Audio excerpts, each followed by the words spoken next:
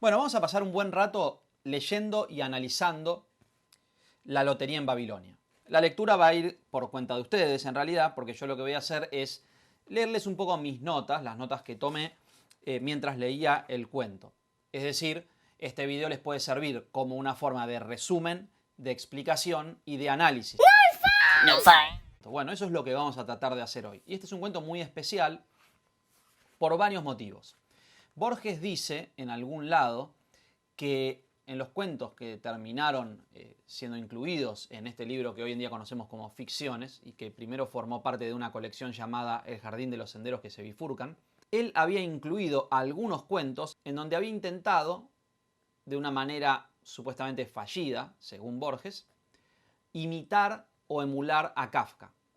Y este es uno de esos cuentos. Borges se interesa por la obra de Kafka de manera bastante temprana, reconoce el inmenso talento de Kafka, y este cuento es una especie de ejercicio que hace Borges de imitación. Esto no es tan extraño viniendo de Borges.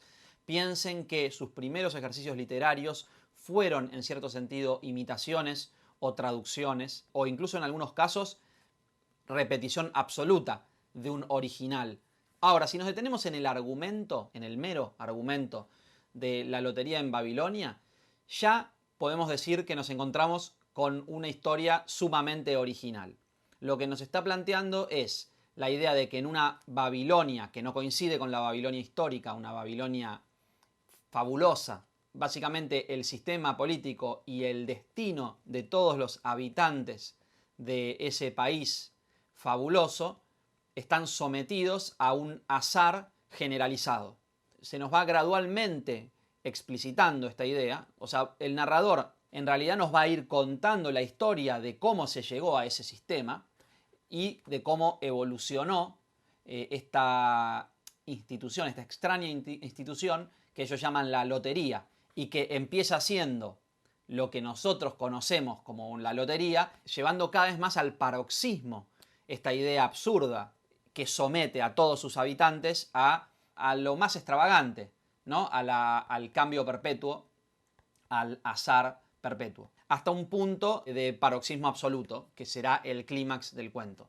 Entonces, el argumento es muy sencillo, pero vamos a tratar de hacer un análisis de algunos elementos y de algunos aspectos del cuento que van más allá del mero argumento, ¿no? Ustedes saben que en general los cuentos de Borges, si bien están muy bien construidos a nivel argumental, no buscan el mero asombro por el hecho narrativo.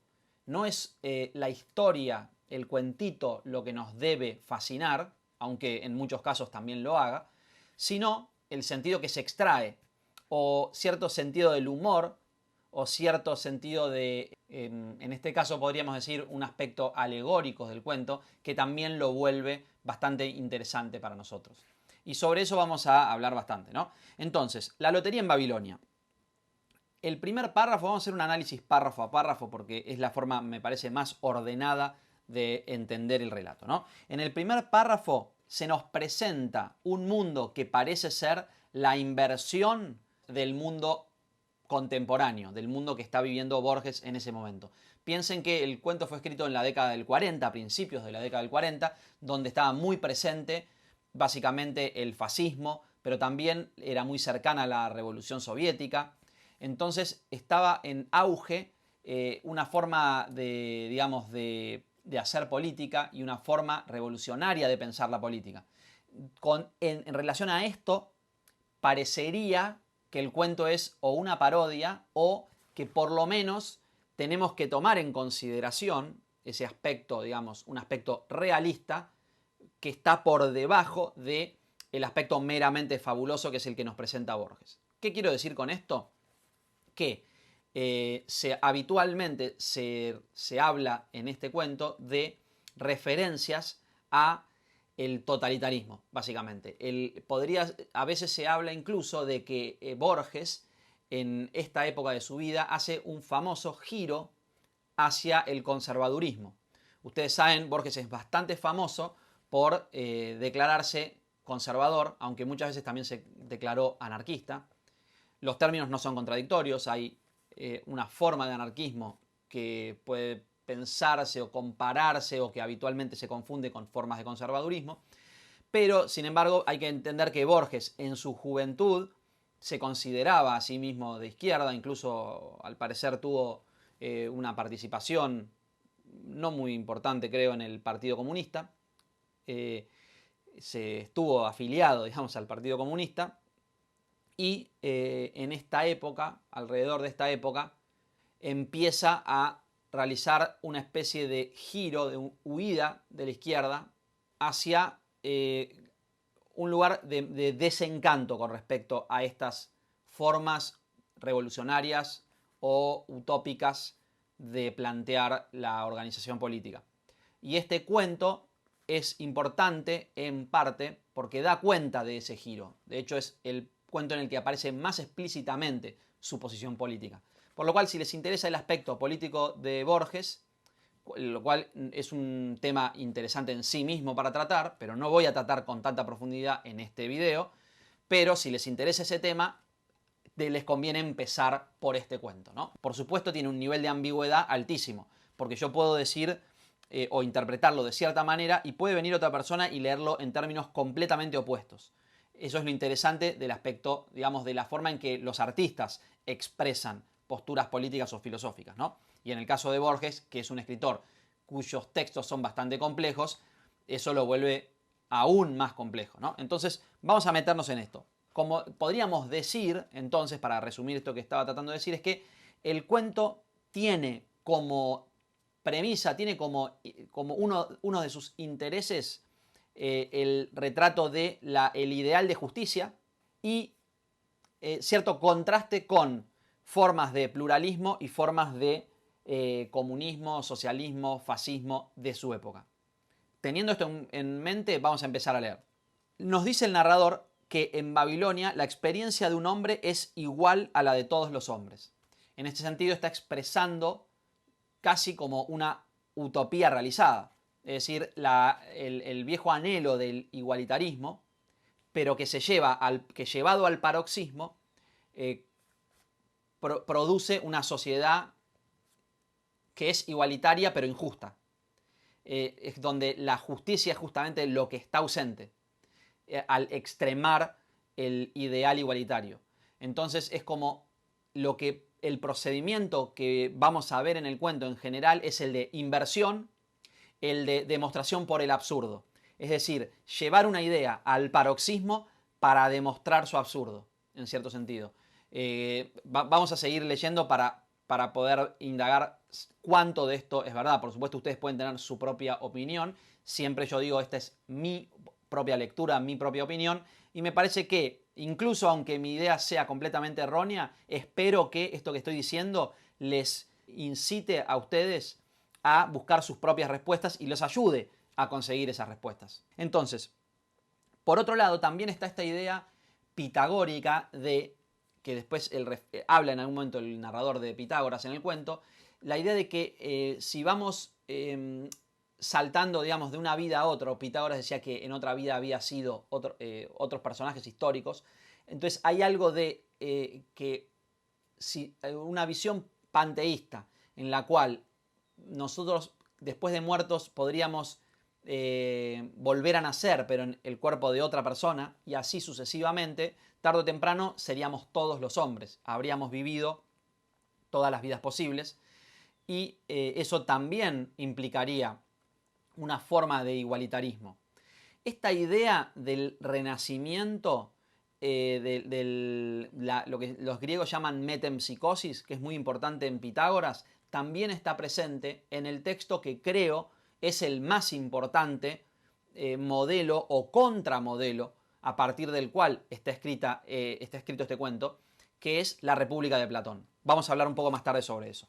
Ahora, algo intrigante en Borges, me parece, es que se enfoca en problemas contemporáneos, pero los resuelve o los procesa teniendo en consideración problemas del pasado.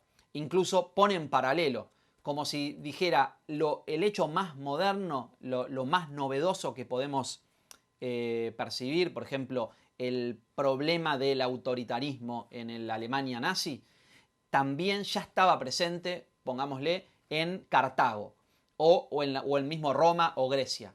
Eran problemas de la antigüedad. Es una forma de pensar, esa idea de que el clásico es lo más moderno, de que no hay nada más moderno que un clásico.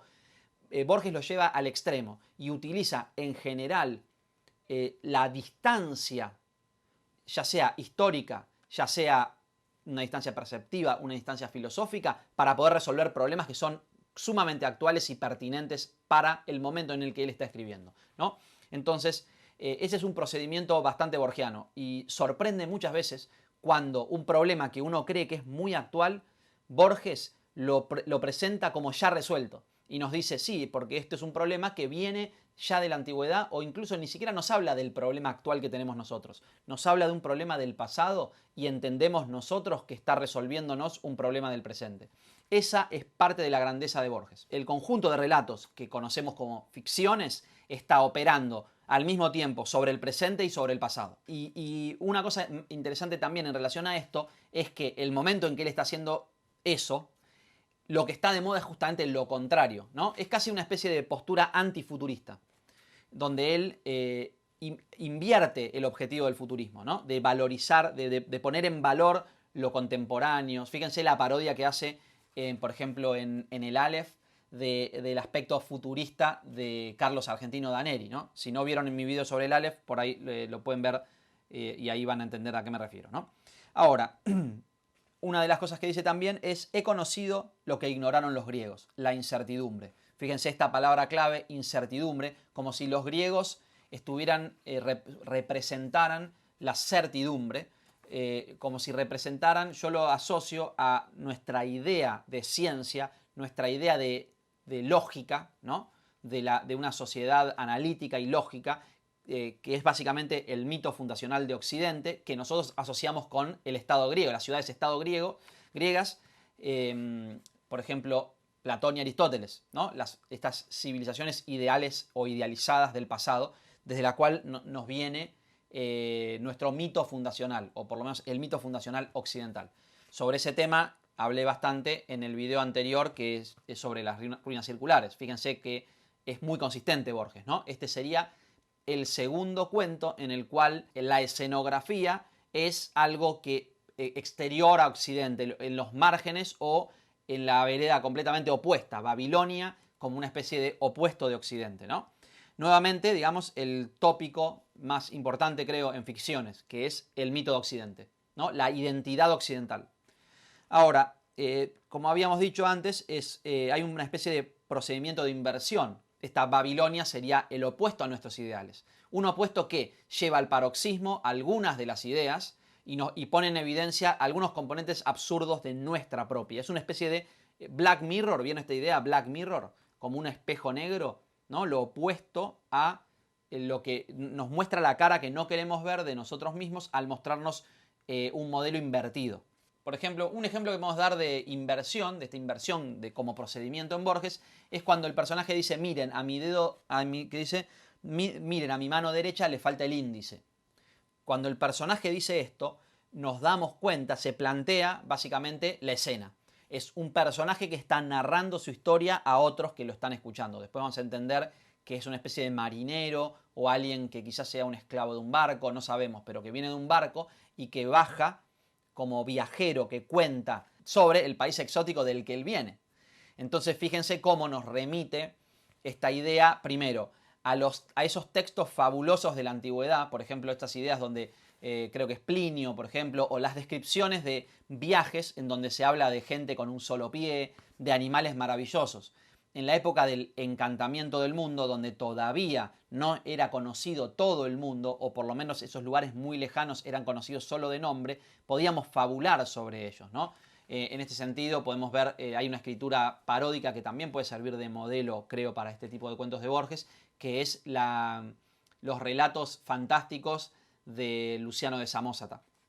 Ahora, también cuando él dice: miren, a mi mano izquierda, a mi mano derecha le falta el índice, lo que está diciendo es, nos está dando a entender que lo que estamos leyendo como cuento en realidad no es escritura, sino que es un relato oral.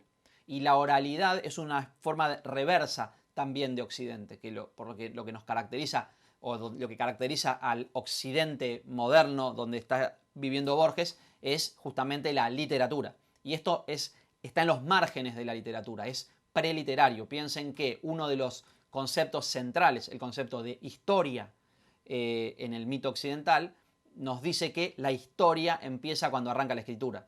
Y esto es un relato puramente oral, que también está asociado, la oralidad está asociado a los géneros populares.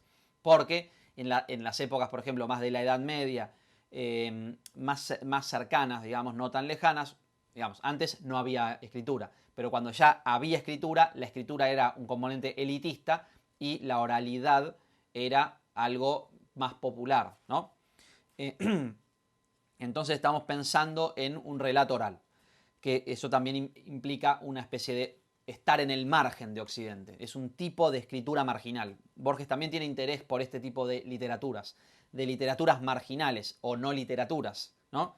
Lo que rodea, lo que bordea la normalidad literaria. Él lo busca muchas veces en los márgenes, en las zonas más alejadas. Y hay como una especie de exotismo, podríamos decir. Entonces, en el segundo párrafo nos cuenta, nos está diciendo que nos habla de la lotería y nos habla del exilio.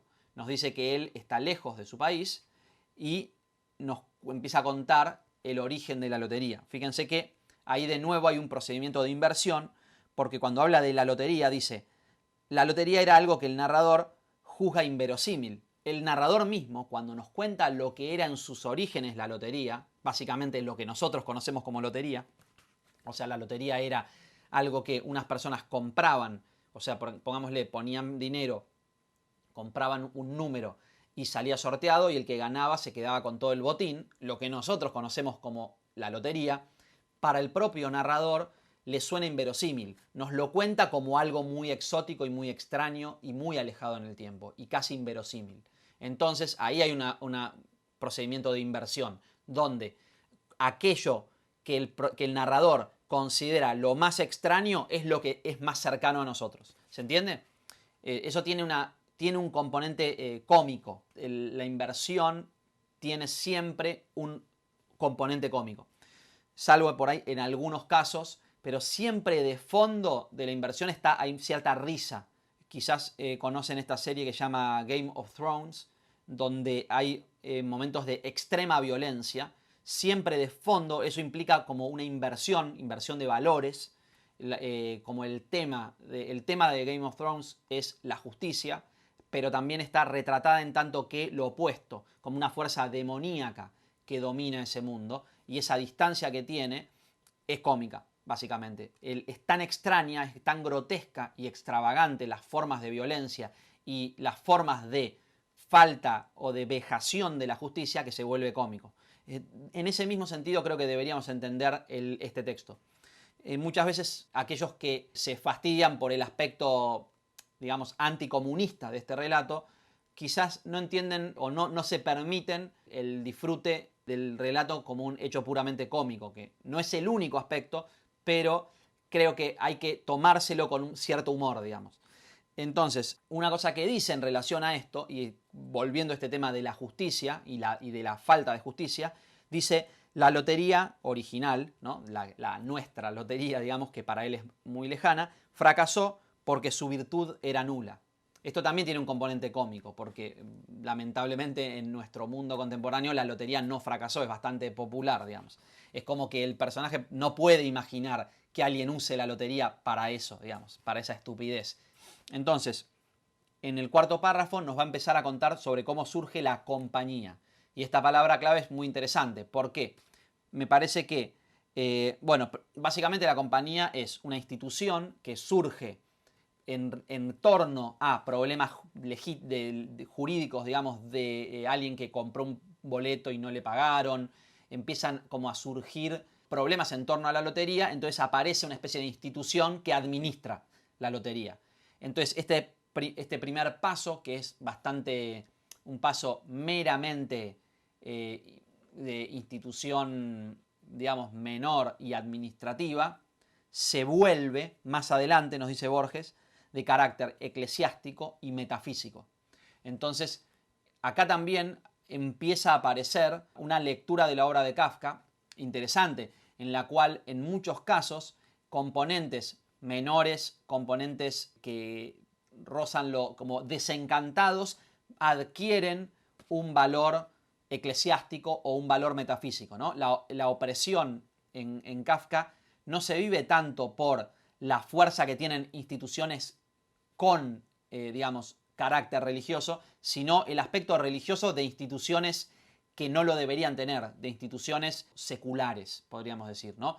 Y la forma en que están comunicados las instituciones. Por ejemplo, como un personaje abre la puerta de un bar, de una cantina, digamos, ¿cómo se llama esto? De una posada, y entra directamente a los tribunales. Como que la comunicación entre lo popular y lo prohibido,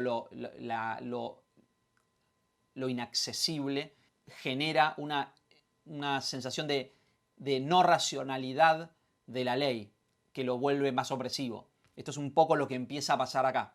Se empieza a dar valor eclesiástico a algo que tiene un origen absolutamente secular y no sagrado. Es lo opuesto a lo sagrado. Es como que lo sagrado es una construcción. Esto es bastante interesante y en este sentido, digamos, va a ir la forma en que entiende Borges el Estado, ¿no? Que él se pronuncia muchas veces con esta idea, con ideales como más bien libertarios, donde el Estado es molesto porque se involucra en la individualidad. Es decir, Borges sí tiene un componente individualista, aunque obviamente es un tema para profundizar. No es un tema para quedarse con eso y solamente estigmatizar o hacerle la cruz o entenderlo. Eso es muy llano y superficial pensarlo así, pero sí tenemos que entender que eso, como punto de partida, es así.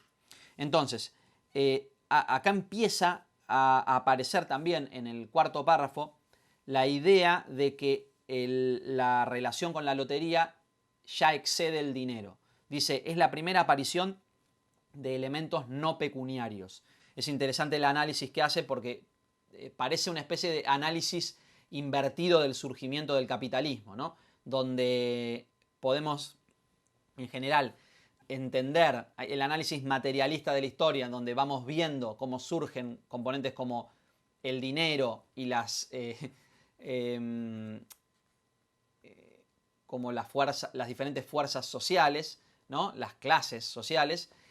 Acá es como si hubiera una especie de retroceso hacia la aparición de elementos no pecuniarios. En el caso, por ejemplo, en que alguien compra un boleto y cuando le toca pagar, no puede pagar, entonces el que debe recibir el premio no lo puede recibir, entonces aparece la compañía como gestora de ese intercambio y digamos, básicamente le dan como castigo al que no paga meterlo en la cárcel.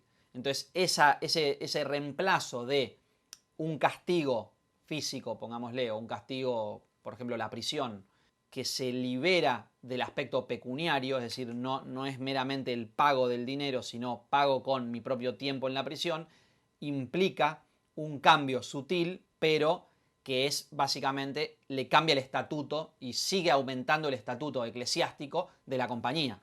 Al mismo tiempo, la compañía para mí tiene dos resonancias importantes. Por un lado, la compañía de Jesús, básicamente los jesuitas. Sobre ese tema habría que indagar mucho más. Pero también está esta idea como de confabulación de la compañía de Jesús y esta idea también de los jesuitas como con ideales un poco socialistas. Toda esta especie de teoría de complot tejida en torno a los jesuitas, por un lado. Y por otro, la forma en que Borges se refiere a la compañía parece también una referencia clara a los partidos políticos. Más bien podríamos pensar en el partido cuando hay estados totalitarios con partido único. Podemos pensar en la Unión Soviética y básicamente a la persecución política que realizó el nazismo contra los partidos opositores, digamos, ¿no? Entonces, esta idea de justificación política, justificación ideológica de la necesidad del partido, me parece que está muy presente y vamos a indagar un poco más sobre eso. Ahora, en el quinto párrafo nos habla el narrador, nos cuenta que no solo el castigo pasa a no ser pecuniario, sino también los premios. Dice que hay otras formas de dicha que son quizás más directas. Es decir, básicamente hay cosas mejores que el dinero. Seguimos en esta especie de inversión, de camino recorrido inverso de la creación del capitalismo, ¿no? Ahora, en el sexto párrafo nos dice, es justo,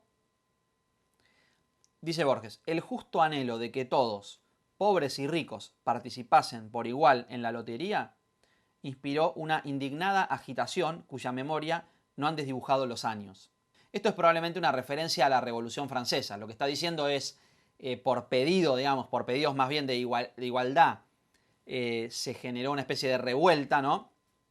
Y que todavía está en la memoria ese recuerdo de aquella revolución. Y dice también que algunos estuvieron como reacios a entender lo que estaba pasando y a aceptarlo, pero era una etapa histórica necesaria. Hay una referencia al cambio de etapa histórica. Esto podría ser una referencia al análisis marxista de la historia, ¿no? La idea de etapas y de etapas necesarias, ¿no? De como cierta evolución, una mirada evolutiva, donde una cosa lleva a la otra, ¿no? También hay un componente hegeliano. Para mí, este cuento es muy interesante para ser analizado desde Hegel por varios motivos. Obviamente por la influencia de Hegel en Marx, pero también específicamente por algunos componentes de esta idea de la inversión y de la contradicción, de cómo una tesis se le opone una antítesis y eso crea una síntesis. Está muy presente la idea dialéctica en el cuento. Entonces, a partir de este evento, surge la idea de que la lotería debe ser, dice Borges, secreta, gratuita y general. Esto parece una referencia para los lectores, para la audiencia que no sea argentina. Por ahí les resuena a ustedes, pero esto en Argentina el voto se dice que es universal, secreto y obligatorio. Entonces, acá es como una especie de parodia del componente democrático. O sea, más o menos hay una ley en 1912 en Argentina que establece que el voto debe ser universal, secreto y obligatorio, porque hasta ese momento había fraude. Un tema interesante para investigar. No forma parte de este video porque, o sea, no puedo decir mucho más de esto porque no lo investigué, pero me juego la cabeza que está vinculado con eso. Podríamos compararla también con la relación de Shakespeare con la política.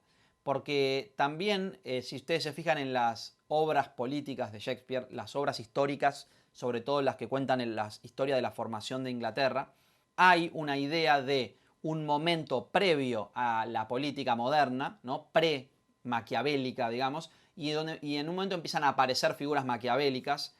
El primero históricamente me parece que sería Enrique IV, el primer como personaje maquiavélico de Shakespeare, que aparece en la obra Ricardo II y después en las dos partes de Enrique IV. Por supuesto, la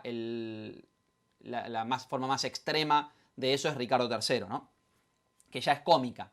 Ahora, empieza también acá a aparecer también figuraciones kafkianas, como ya había adelantado, porque empieza a aparecer una cosa muy, muy confabulatoria y paranoica en esta idea de la compañía, que empieza a ganar poder. Dice, como agentes de la compañía, ¿no? A través de la sugestión y la magia, astrólogos y espías, ¿no? Entonces es como que unifica este universo de la novela de espías, de la novela de espionaje, que todavía no está ahí, digamos, la Guerra Fría todavía no empezó, digamos, ¿no? Pero hay algo ahí de esa política invasiva sobre la privacidad que empieza a surgir, ese sentimiento más o menos cuando empieza a percibirse el fascismo. Entre la década del 20 y la década del 40 se van formando estas figuraciones, digamos, en donde Kafka también hay que entender que vivía inmerso en un universo político. Sus amigos estaba muy, digamos, invadido de política su universo, ¿no? Ahora, creo que el momento más kafkiano y donde más se hace una referencia directa, de hecho hay una referencia prácticamente explícita, no sé si la notaron, cuando dice que había accesos insólitos a la compañía, es decir, cómo llegamos a la compañía, ¿no? Esta idea de los espías, o sea, la omnipresencia del Estado en la vida de las personas, pero al mismo tiempo dice leones de piedra, había un león de piedra a través del cual uno podía acceder a la compañía, o incluso una letrina llamada, les pongo acá cómo se llama la letrina, y esto lo pueden leer, que se lee prácticamente Kafka. O sea, la Q la ponemos como una K y la PH como una F, es Kafka. Entonces, y esto es una referencia a esta idea de en Kafka, kafkiana, de que uno abre la puerta en una posada y entra directamente a un tribunal, ¿no? Como, o el acceso insólito a lugares del castillo, ¿no? Que es lo inaccesible, a través de lugares que no corresponden y que tienden a pensarse como lugares de lo bajo, ¿no? Entonces, esta idea es kafkiana y la referencia directa a Kafka es casi un chiste, ¿no? Borges en ningún momento oculta, es más, él dice que es un cuento fallido, donde él fallidamente intentó imitar a Kafka, ¿no? Ahora, vamos a pasar al séptimo párrafo, eso era el sexto, habla de murmuraciones, ¿no? Es decir, voces en contra. Ahora empieza a decir cómo las personas empiezan a oponerse a este sistema político que ven como injusto, ¿no? Y dice que las réplicas, ¿no? La réplica, digamos, más famosa que hace la compañía es que la lotería es una interpolación del azar y aceptar errores no es contradecir el azar, es corroborarlo. Esta idea a mí me parece una idea bastante hegeliana, una referencia directa. Es más, les digo, me parece que hasta apostaría que Borges alguna vez hasta escuchó este tipo de defensa de algún partido, porque me parece que es típico de la defensa ideológica, en cuanto a que, por ejemplo, yo mismo escuché defensores de cierto partido político decir que las cosas que uno puede señalar como malas o no muy buenas de tal partido se justifican porque son contradicciones, es decir, contradicciones contra el mismo proyecto del partido. Y entonces, que estas cosas malas del partido son la ocasión para llegar a concretar su proyecto, es decir, son la muestra de que estamos en el hecho de que haya contradicciones en el discurso, cosas contradictorias en el discurso, fuerzan a que se resuelva ese conflicto y se ascienda de nivel. Es decir, a vos te conviene que yo haga cosas malas, porque haciendo cosas malas, o sea, teniendo actitudes contradictorias, yo voy a ir creciendo y voy a ir mejorando y vamos a llegar a ese momento utópico en el cual se realice lo que yo te estoy diciendo que debería estar haciendo ahora. Básicamente, los ideales se van a realizar en el futuro, pero son impracticables ahora por la existencia de contradicciones. Me parece una forma de interpretación, no soy un experto en absoluto en Hegel, pero sí tengo entendido que esta idea de la contradicción y cómo la contradicción ayuda al avance, cómo es utilizada, digamos, en el discurso político o en un discurso ideológico interno para justificar todas las tensiones que puede haber en un grupo ideológico, en donde obviamente se ven siempre en los grupos ideológicos contradicciones, ¿no? Como, tal hizo algo que no está completamente dentro de lo que sería aceptable. O sea, por ejemplo, el caso extremo sería el hecho de que en el comunismo estalinista se prometía igualitarismo, pero se actuaba de manera autoritaria, por decirlo de una manera muy superficial, ¿no? Porque ya que no es el tema que estamos tratando. Pero estoy seguro de que viene de ese lado lo que está pasando. Entonces hay un paralelismo, esa sería mi hipótesis, un paralelismo con modos de justificación ideológica actuales del momento en que Borges escribe esto. Entonces, es de nuevo este procedimiento de llevar al absurdo, ¿no? De llevar de demostración por el absurdo. Ahora, en el octavo párrafo, dice el personaje, poco tiempo me queda, ¿no? Explica que se está por ir su barco. Este es un momento transicional que nos muestra, desde mi punto de vista, la maestría narrativa de Borges, porque implica como un cambio de acto, ¿no? Hay una tensión en donde acá estamos ya al acto final. Y el acto final va a ser justamente el del paroxismo. Vamos a llegar finalmente al momento en que nos describen el paroxismo de este estado donde el azar se lleva hasta sus máximas consecuencias y se vuelve una acción generalizada, ¿no? Entonces empieza a decir que el número de sorteos es infinito y lo justifica diciendo que no importa que sea infinito el número de sorteos si el tiempo es subdivisible al infinito. Y hace una referencia a Zenón de Elea, a las paradojas famosas de Zenón, por ejemplo, de la carrera de Aquiles con la tortuga.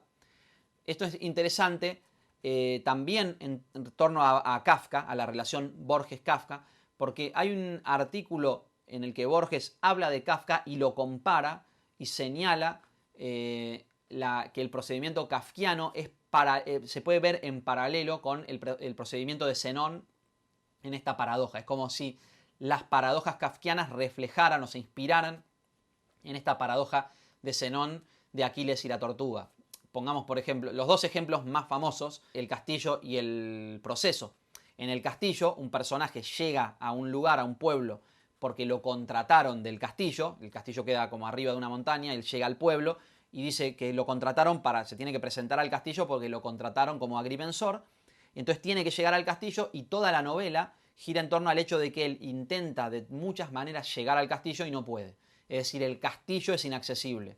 En el proceso hay algo similar. Al principio de la novela alguien le avisa, aparece como unos personajes, unos agentes que le avisan que está en juicio.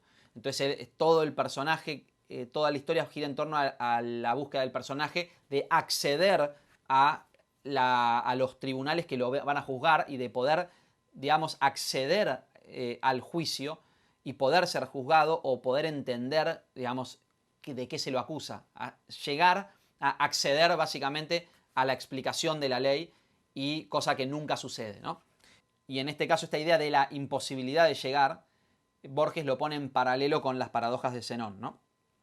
Ahora, también hace referencia a Heliogábalo, que es un famoso emperador romano con muy poco prestigio, probablemente el emperador romano más desprestigiado por su comportamiento, digamos, muy por fuera de las costumbres romanas. Yo creo que esta referencia a Heliogábalo coincide con este paralelismo que podemos hacer en relación a la República de Platón. En la República, Platón plantea como ciclos a través de los cuales los diferentes modos de gobierno o de administración de la justicia se van degradando. En el libro 8 de la República hace una especie de línea de degradación de los sistemas y va contando cómo cada uno de estos sistemas va dando pie a otro. En primer lugar está la timocracia, que sería una especie de aristocracia, la oligarquía, una forma degradada de timocracia, la democracia y después la tiranía. Y cómo la democracia lleva a la tiranía. Fíjense que lo que habíamos dicho antes era la idea de que se llegaba a una lotería que habíamos dicho secreta, gratuita y general. Y eso lleva a una degradación donde el poder de la compañía es casi tiránico, ¿no? Desde mi punto de vista, estamos llegando a eso y usa ese paralelismo Borges. Entonces, llegamos a un punto en donde en el párrafo 12 llega ya directamente al paroxismo donde dice las costumbres están saturadas de azar.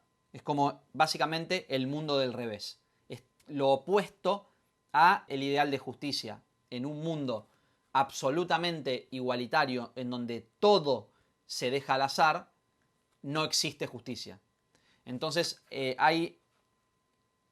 es delicado, digamos, el análisis que debemos hacer sobre la postura borgiana en relación a la política, porque el mismo cuento es, por un lado, ambiguo, por otro lado, humorístico, y por otro lado, está muy ligado a la época específica en donde está sucediendo el relato. Este es un cuento difícil de interpretar y al mismo tiempo interpretarlo implica una responsabilidad. Por lo cual me interesaría saber qué opinan ustedes sobre esto que estoy diciendo. Y quizás en base a las preguntas que ustedes hagan y las opiniones pueda hacer algunos otros videos tratando de develar un poco mejor el misterio de por qué Borges escribió esto, qué pensaba y la relación, digamos, de Borges con la política y con el mundo, digamos, el mundo con toda la tormenta, digamos, que estaba sucediendo en el momento en que Borges escribía esto.